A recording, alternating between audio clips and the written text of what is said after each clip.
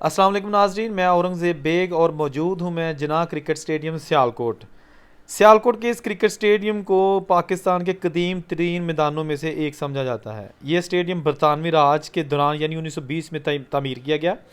इस स्टेडियम के हवाले से इस वीडियो में आप देखेंगे कि इसको गिराया क्यों जा रहा है, यहाँ पर क्या बनेगा, इस स्टेडियम में आखिरी मैच कब खेला गया, पहला मैच कब खेला गया। और नाजरीन, यहाँ मैं आपको ये बात बता दूँ कि यही वो स्टेडियम है जब पाकिस्तान और इंडिया की टीमें यहाँ पर मैच खेल रही थी और इंडिया की वज़ीर आज़म इंदिरा गांधी का जो है ना मर्डर हो गया था, कत्ल हो गया था, उसको मार दिया गया था। तो जो मैच था पाकिस्तान और इंडिया के माबैन, वो उसी वक्त बंद कर दिया गया था। उसको मैच को बंद करके इंडिया की टीम दौरा कैंसिल करके फौरी तौर पर वापस इंडिया चली गई।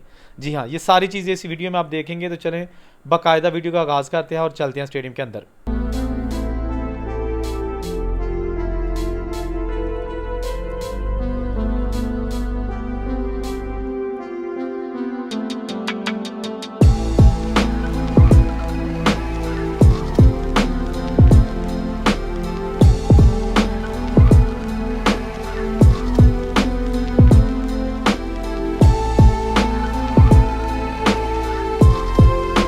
नाज़रीन, जिन्ना क्रिकेट स्टेडियम ये जो सियालकोट में है, ये 1920 में बनाया गया क़याम पाकिस्तान से पहले अंग्रेज़ दौर में।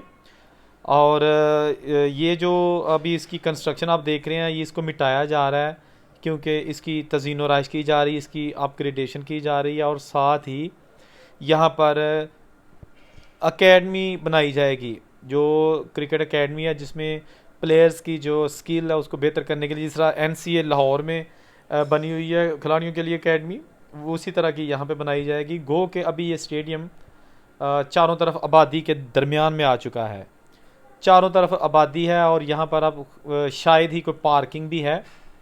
मैचेस इंटरनेशनल तो यहाँ पर नहीं हो रहे।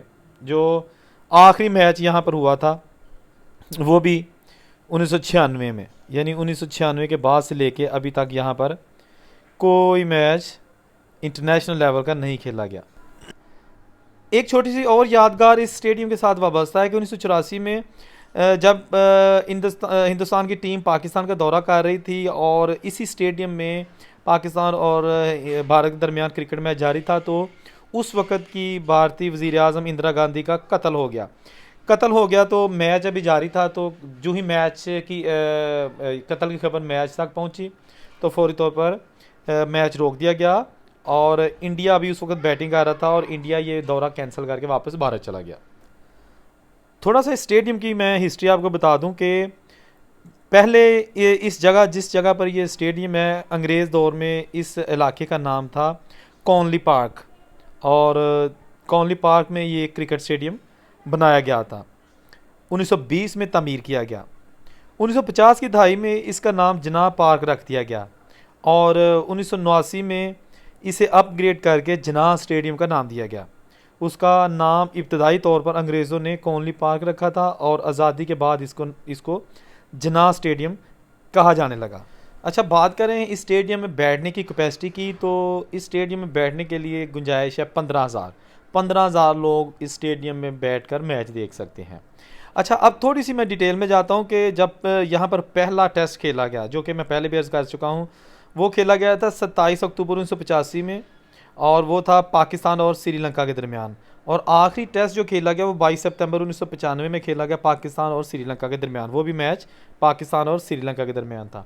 बात करें यहाँ पहला वनडे मैच इंटरनेशनल, तो 16 अक्टूबर 1976 को पाकिस्तान और न्यूजीलैंड के दरमियान खेला गया था।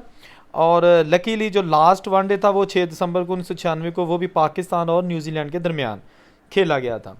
यहाँ पर अभी तक कोई T20 इंटरनेशनल मैच नहीं खेला गया क्योंकि 96 के बाद अभी तक जो है ना 26 साल हो गए हैं, कोई भी इंटरनेशनल मैच इस सियालकोट के जिन्ना स्टेडियम में नहीं खेला गया।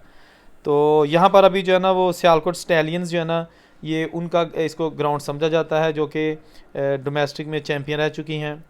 तो इसके साथ साथ अभी जो है ना इसको डिमोलिश किया जा रहा है, इसका एक हिस्सा बिल्कुल उसको मिटा दिया गया है, बिल्डोज़र चल गए हैं और बताया गया है कि इसके लिए फ़ंड्स एलोकेट हो चुके हैं और स्टेडियम की अपग्रेडेशन की जा रही है, इसको मज़ीद बड़ा किया जा रहा है। गो कि यहाँ पर अभी सहूलियात की कमी है, बहुत ज़्यादा ये स्टेडियम पीछे रह गया है। ये बहुत पुराना टेस्ट ग्राउंड है पाकिस्तान का, लेकिन सहूलियात के फुकदान के बायस यहाँ पर एक अरसा हो गया है कि कोई इंटरनेशनल टीम नहीं आई। एक तो सियालकोट में इधर आसपास कोई उस तरह का 5 स्टार होटल नहीं था। इसके साथ साथ जो गंजानाबाद होने के बायस यहाँ चारों तरफ ट्रैफिक के बहुत मसले हैं। सिक्योरिटी के लिए रूट जब लगाया जाता है खिलाड़ियों के आमदरफ्त के लिए, तो वो भी जगह ना काफ़ी है। अगर उसको रोकेंगे तो सारा शहर डिस्टर्ब होगा, ट्रैफिक सारी ब्लॉक हो जाएगी। इसके साथ साथ अगर यहाँ कोई मैच होता है तो जो पार्किंग है उसके लिए बिल्कुल भी कोई इंतज़ाम नहीं है। चारों तरफ अगर देखा जाए तो स्टेडियम के बाहर रेहड़ियाँ लगी हुई हैं, सब्ज़ी और फ्रूट जो बेचने वाले हैं उन्होंने डेरे लगाए हुए हैं, सूरत बाज़ार बने हुए हैं। ये बिल्कुल वाक़या है जो ख्वाजा सफदर ब्रिज है जो कि रंगपुरा वाली साइड से स्टार्ट होता है और कैंट वाली साइड पे जाता है, और उसका एक हिस्सा जो है ना ऊपर से ही वो रेक्स सैनमा जाकर उतरता है। तो ये काफ़ी पुराना ब्रिज है और यहाँ पर बिल्कुल जिनाह स्टेडियम इसके साथ है, जिसमें तरक्याती काम जारी हैं। गवर्नमेंट इतना पैसा तो स्टेडियम में भी लगा रही है, लेकिन मुझे नहीं लगता कि कल को यहाँ पर कोई इंटरनेशनल मैच होगा, या सुनने में आ रहा है कि यहाँ पर PSL के मैचेस भी करवाए जाएंगे। तो PSL के मैचेस करवाए जाएंगे, जो क्राउड है उसकी जो कन्वेंस है, उसकी जो गाड़ियाँ होंगी वो पार करने के लिए बिल्कुल भी यहाँ पे कोई जगह नहीं है। बेहतर यही होता कि यहाँ पर इतना पैसा लगाने की बजाय कहीं बाहर खुली जगह पे बेहतरीन सा स्टेडियम बनाया जाता। बाकी गवर्नमेंट जो कहती है उसमें कोई ना कोई राज होता है, कोई उनका अपना भी फ़ायदा होता है, कुछ उन्होंने सोचा भी होता है। ये थी आज की वीडियो। औरंगज़ेब बे को इजाज़त दीजिए, और जिन्होंने अभी तक ये चैनल सब्सक्राइब नहीं किया वो चैनल सब्सक्राइब कर लें ताकि आपको अच्छी अच्छी वीडियोज़ मिलती रहें। अल्लाह हाफिज़।